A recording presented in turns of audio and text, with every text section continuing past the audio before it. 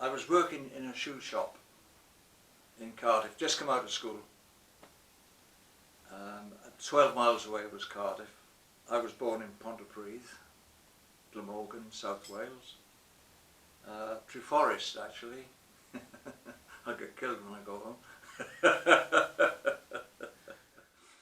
One of the ladies in the shoe shop was a big fan of this band called Tommy Scott and the Senators, and they played in a place called Maesa Cummer Democratic Club, which is sort of Caerphilly way, if anybody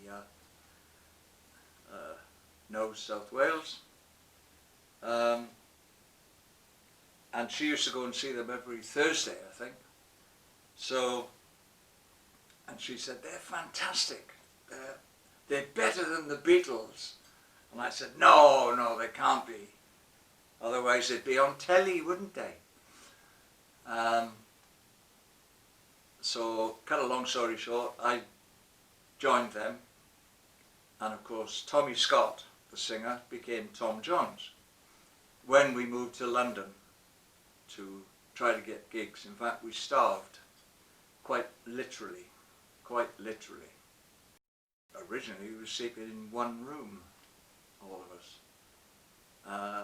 And sometimes we had to eat every other day because we couldn't afford to eat every day. That's a fact. Tom became Tom Jones. I can't remember if Tom Jones came before It's Not Unusual. I think, yes, we brought a record out called Chills and Fever, which didn't go anywhere.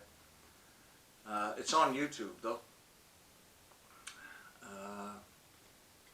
And then Tom recorded It's Not Unusual, and suddenly he was a huge hit, and Tom Jones and the Squires, as we became, were sort of on tours. First one was a Silver Black tour, and Tom replaced PJ Proby, who was a really big singer at the time. And he got thrown off the tour because he split his trousers every night. He was an American guy. And he wore velvet trousers and a bow. And he would split them every night. I don't know, every time he got them repaired, it must have been to the same woman who didn't do a very good job. That's the only way I can think about it. So those are the early days. That was 65, I think, with It's Not Unusual. I was playing with Tom before that. We were quite successful in South Wales playing the working men's clubs. I was making more than my father, and he worked in a factory.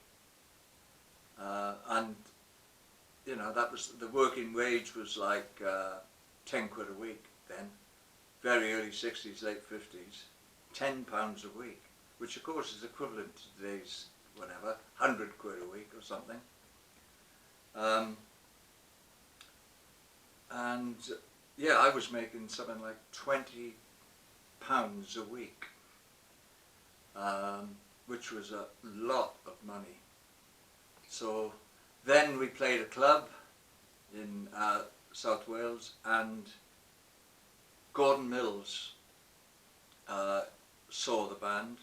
He became Tom's manager, our manager, and he was he'd written some hit songs in those days, which was, you know, put him way up there as a star, if you like. He was also a harmonica player, and he'd been on TV and all sorts of stuff.